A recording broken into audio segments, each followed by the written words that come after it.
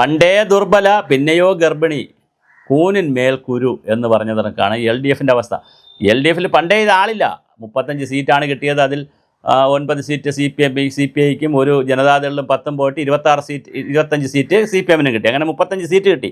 ബാക്കി 105 സീറ്റും കൊണ്ടുപോയത് 3 സീറ്റ് BJPയും 102 സീറ്റ് കോൺഗ്രസും കൊണ്ടുപോയി. എന്നാലും ഈ അനിയൻ ബാവ ചേട്ടൻ ബാവ തല്ല് തീരുന്നില്ല. അനിയൻ ബാബ പറയുന്നു അനിയൻ ബാബയുടെ CPIയുടെ ആർക്കെങ്കിലും, അതെനിക്ക് തോന്നുന്നു CPIയുടെ ഈ P പ്രസാദിനോ അതോ GR അനിലിനോ രാജനോ ആയിരിക്കും, ആർക്കോ CPIയുടെ ആർക്കെങ്കിലും നിയമസഭ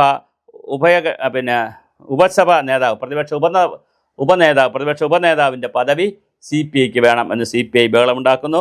ഒരു കാരണവശാലും കൊടുക്കാൻ പറ്റുന്നില്ല, അങ്ങനെ ഒരു പദവിയൊന്നുമില്ല, വീട്ടിൽ പോയി ചോരടാ അല്ലെങ്കിൽ വീട്ടിൽ പൊക്കോടാ എന്ന് പറയുന്ന ഒരു സമീപനത്തിൽ CPM വന്നിട്ടുണ്ട്. എന്തായാലും ഉഭയകക്ഷി ചർച്ച, 2 കക്ഷികളും കൂടെയുള്ള ചർച്ച AK സെൻറ്ററിൽ നടക്കുന്നു. ഭാവിയിൽ തീരുമാനമാകുന്ന ഒരു LDFിൻ്റെ പാർലമെൻ്ററി പാർട്ടി യോഗം വിളിക്കരുതെന്ന CPIൻ്റെ കത്തിനെ തുടർന്നാണ് ഉഭയകക്ഷി ചർച്ചയ്ക്ക് വഴികൾ തെളിഞ്ഞത്. നാളെ ചേർന്ന CPIയുടെ സംസ്ഥാന സെക്രട്ടേറിയറ്റിൽ ചർച്ചയുടെ തീരുമാനം ബിനോയ് വിശ്വം അറിയിക്കും. എന്തായാലും പ്രതിപക്ഷ നേതൃത്വ ഉപനേതാവിൻ്റെ പദവി നൽകാനാവില്ലെന്ന നിലപാടിലാണ് CPM ഉറച്ചു നിൽക്കുന്നത്. ഇടതുമുന്നണി പ്രതിപക്ഷത്തായിരുന്ന കാലത്തെല്ലാം പ്രതിപക്ഷ ഉപനേതാവ് പദവി വഹിച്ചിരുന്ന CPM തന്നെയാണെന്നും കീഴ്വഴക്കം ചൂണ്ടിക്കാണിയാണ് CPM നിലപാട് കടുപ്പിക്കുന്നത്. എന്തായാലും പ്രതിപക്ഷ ഉപനേതാവിൻ്റെ സ്ഥാനം നൽകുന്നില്ലെങ്കിൽ മറ്റേതെങ്കിലും പദവികൾ CPI ചോദിക്കുമോ എന്നും വ്യക്തമല്ല. VS അച്യുതാനന്ദൻ പ്രതിപക്ഷ നേതാവായിരിക്കെ കോടിയേരി ബാലകൃഷ്ണൻ വഹിച്ച പ്രതിപക്ഷ ഉപനേതാവ് പദവി ഇത്തവണ CPIക്ക് വേണമെന്നാണ് അവരുടെ ഡിമാൻഡ്. ഇക്കാര്യം തള്ളിക്കളഞ്ഞിട്ടുള്ള CPM പ്രതിപക്ഷ നേതാവ് എന്ന ഭരണഘടനാനുസൃതമായി ഒരു പദവി ഇല്ലെന്നും നിയമസഭയിൽ കക്ഷി നേതാക്കൾ മാത്രമേ ഉള്ളൂവെന്നും പ്രതിപക്ഷ നേതാവ് എന്ന് പറയുന്നൊരു സ്ഥാനം ഇല്ല എന്നുള്ള അഭിപ്രായവും കൂടി കൊണ്ടുവരുന്നു. CPIയെ CPM അറിയിച്ചു കഴിഞ്ഞു, ഇങ്ങനെ ഒരു പരിപാടിയൊന്നുമില്ല. CPMന് 26ഉം CPIക്ക് 8ഉം RJDക്ക് 1 എന്നിങ്ങനെയാണ് 35 സീറ്റിൻ്റെ കണക്കുള്ളത്. 26 സീറ്റുകൾ CPMനുണ്ട്, ഒരു സീറ്റ് RJD പ്രവീണുണ്ട്. 26 കൂത്തുപറമ്പിൽ 26 27 പോയിട്ട് പിന്നെ 35-ൽ 8 സീറ്റ് CPIക്കുമുണ്ട്. എന്തായാലും ഒരു കാരണവശാലും ഇത് അനുവദിക്കില്ല, ഉപനേതാവ് സ്ഥാനം അനുവദിക്കുന്നില്ല എന്ന് CPM പറയുന്നു. കിട്ടിയേ തീരുമെന്ന് ബിനോയ് വിശ്വം പറയുന്നു. നല്ല തർക്കം മൂത്തിരിക്കുകയാണ്. ഇന്ന് AK സെൻറ്ററിൽ എൻ്റെ തർക്കം നടക്കുകയാണ്, എൻ്റെ ഒത്തുതീർപ്പ് നടക്കുകയാണ്. കോടിയേരി ബാലകൃഷ്ണനൊക്കെ ഉണ്ടായിരുന്നെങ്കിൽ വലിയ ഒത്തുതീർപ്പ് ചർച്ചകളൊക്കെ നടക്കും. കാര്യം കോടിയേരി ബാലകൃഷ്ണൻ വളരെ ഡിപ്ലോമാറ്റിക്കാണ്. പക്ഷേ ഇനിയിപ്പോൾ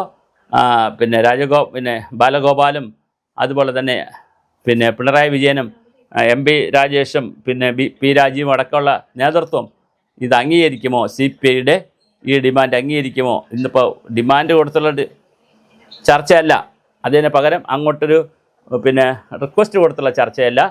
അവർ കാര്യങ്ങൾ പറഞ്ഞ് കൃത്യമായി ആവശ്യമുന്നയിച്ചുകൊണ്ടുള്ള ഒരു ചർച്ചയാണ്. അത് കേവല ഡിമാൻഡല്ല, ശക്തമായ ഡിമാൻഡായി തന്നെ വന്നുകൊണ്ടിരിക്കുന്നു. പ്രതിപക്ഷ ഉപനേതാവ് സ്ഥാനം CPIക്ക് വേണം, പക്ഷേ CPM വിട്ടുകൊടുക്കാൻ തയ്യാറുമല്ല. എന്തായാലും ഇടതുപക്ഷം തോറ്റ് തുന്നം പാടിയ സാഹചര്യത്തിൽ അത് CPIക്ക് കൊടുക്കണമെങ്കിൽ CPIക്ക് കൂടെ കൊടുത്തുകൊണ്ട് അവരുടെ 8-9 സീറ്റ് അവർക്കുണ്ടല്ലോ, അവർക്ക് 7 സീറ്റുണ്ട്. അപ്പോൾ അതിനെ കൂടിയൊക്കെ പരിഗണിച്ച് പോകുന്ന ഒരു സമീപനത്തിലേക്ക് പോകണം. അവർ 2ാം കക്ഷിയാണ്, 3 കക്ഷികളേ ഉള്ളൂ. ബാക്കി കൊച്ചു പാർട്ടികളെല്ലാം മലർപ്പൊടിക്കാരൻ്റെ കച്ചവടം പോലെ എല്ലാ കുഞ്ഞു പാർട്ടികളും പൊടിഞ്ഞ് പപ്പട പാളിഷായി.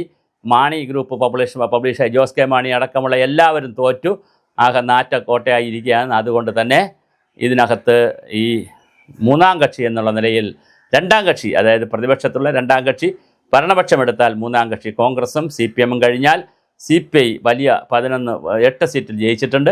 പിന്നെ അത് കഴിഞ്ഞാൽ കേരള കോൺഗ്രസ് തൊട്ട് പിന്നാലെ 7 സീറ്റിലുണ്ട്. എല്ലാവരും ഉണ്ടപ്പോൾ എന്തായാലും വളരെ വലിയ ഒരു തർക്കമാണ് നടക്കുന്നത്. പ്രതിപക്ഷ ഉപനേതാവ് ആരായിരിക്കണം, ഡെപ്യൂട്ടി ലീഡർ ഓഫ് ഓപ്പോസിഷൻ ആരായിരിക്കണം എന്നതിനെ സംബന്ധിച്ച് വലിയ തർക്കം നടക്കുന്നു. ഇത് CPIക്ക് വേണമെന്ന് CPI ഡിമാൻഡ് ചെയ്യുന്നു. പക്ഷേ ഒരു കാരണവശാലും CPIക്ക് കൊടുക്കാൻ പറ്റില്ല എന്ന് CPMും വാശി പിടിക്കുന്നു. അപ്പോൾ ഈ വാശിയിലും ഡിമാൻഡിലും പെട്ടുഴലുന്നത് സാധാരണ ജനങ്ങളാണ്, സാധാരണ ജില്ലകളാണ്. അവരും കക്ഷി വേർതിരിഞ്ഞ് നിന്ന് ഈ ഡിമാൻഡുകൾ വയ്ക്കും. അതുകൊണ്ട് ഒരു കാരണവശാലും അത് അനുവദിക്കരുത്.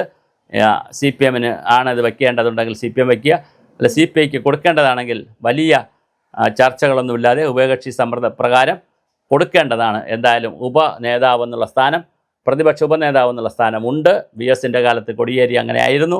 പക്ഷേ അത് 2 CPMിൽ നിന്നായിരുന്നു അതുകൊണ്ട് സി പി എമ്മിന് കൊടുക്കുമോ എന്നുള്ള സി പി ഐക്ക് രണ്ട് സി പി എമ്മിൽ നിന്നുള്ള ആളുകളായതുകൊണ്ട് അത് പ്രശ്നമില്ല. പക്ഷേ ഇപ്പോൾ സി പി എമ്മിലെ ഒരാൾ സി പി ഐക്ക് അത് കൊടുക്കുമോ, ഉപനേതാവ് പ്രതിപക്ഷ ഉപനേതാവ് സ്ഥാനം സി പി ഐക്ക് കൊടുക്കുമോ, അതോ സി പി ഐ സ്വന്തം നിലയിൽ സ്ഥാനാർത്ഥിത്വം പ്രഖ്യാപിക്കുമോ? അങ്ങനെ പ്രഖ്യാപിക്കാൻ എളുപ്പമല്ല, കാരണം ഉപനേതാവ് വോട്ടെടുപ്പൊക്കെ വന്നാൽ പ്രയാസമാണ്. അതിനു മുമ്പേ പ്രതിപക്ഷ ഉപനേതാവ് ആരെന്നുള്ള കാര്യത്തിൽ സി പി എം തയ്യാറെടുക്കണം പറയാൻ.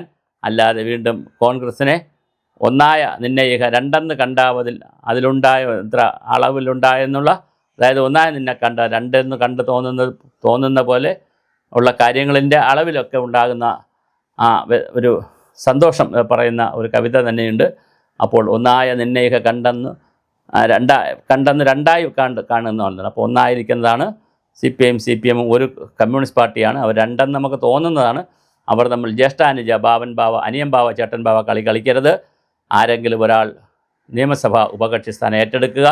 നിങ്ങളുടെ ചക്കളത്തി പോരാട്ടത്തിലൊന്നും നാട്ടുകാർക്ക് ഒരു അന്വേഷണവുമില്ല, ഒരു ആഗ്രഹവുമില്ല, ഒരു താല്പര്യമില്ല എന്ന് സി പി എമ്മും സി പി ഐയും എത്ര നേരത്തെ തിരിച്ചറിയുന്നുവോ അത്ര നേരത്തെ അവരുടെ തിരിച്ചുവരവിനുള്ള വേദി ഒരുങ്ങുക തന്നെ ചെയ്യും.